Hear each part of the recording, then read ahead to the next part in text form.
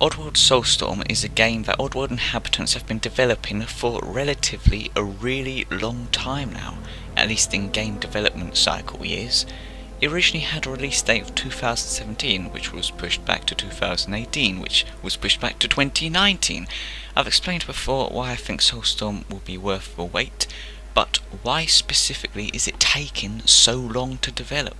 The main reason I think Oddworld Soulstorm is taking so long is hinted by Oddworld creator Lorne Lanning in Oddworld Inhabitants video Oddworld Video Showcase at Unite Berlin 2018. He said, and many times in production we just look at each other and we go, why isn't it crashing? Sometimes we're running so much on screen at one time.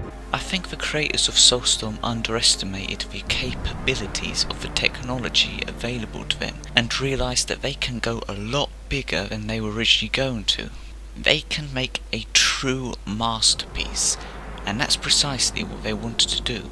This reminds me of what happened with Valve on Half-Life. They announced a release date of November 1997, but it didn't get released until a year later in November 1998. This was because the Valve team realised when they'd nearly finished the game that now that they'd learnt the capabilities of the technology they were using and what they could do with it, they could make a much better game than they had, and rather than releasing a game they weren't completely satisfied with, they made the choice to delay it until they had created what they wanted to. And the result?